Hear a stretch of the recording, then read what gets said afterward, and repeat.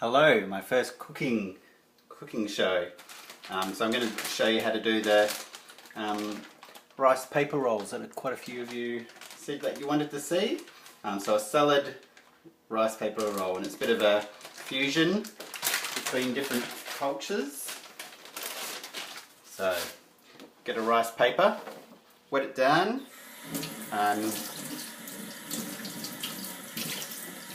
So you just need cold water.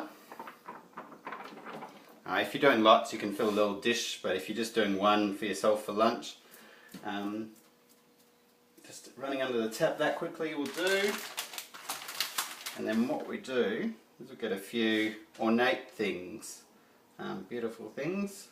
So I've got some edible flowers here. Got some rocket flowers. You could use like some white sesame seeds or something like that as well.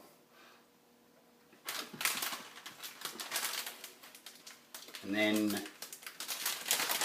this is where the fusion happens. So you've got the Vietnamese rice paper rolls and then the Japanese nori, and that goes down over there, and you can kind of, because that's rice paper roll is wet, so you can stick those together. And then you just put your fillings in. So I'm going to do a bit of a pak choy that we grow here on an urban farm. And just thinking about whatever's going to be going over these sides will be like sticking out.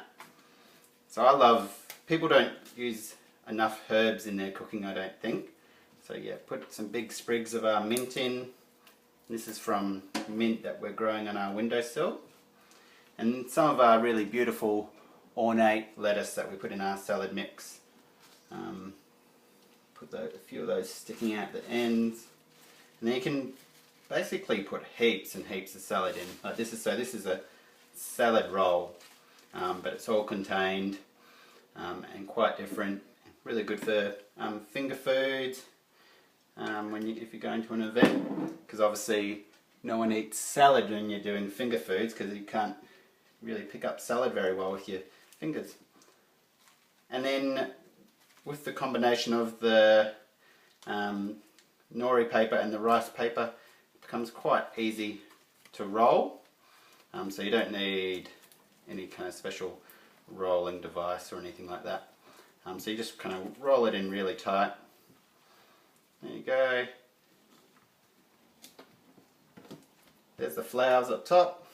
The lettuce is coming out the ends beautifully.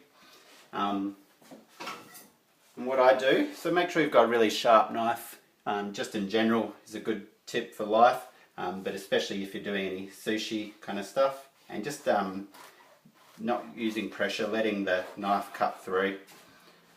So I like to present them like that, but you can also, if you want to do something a little bit different,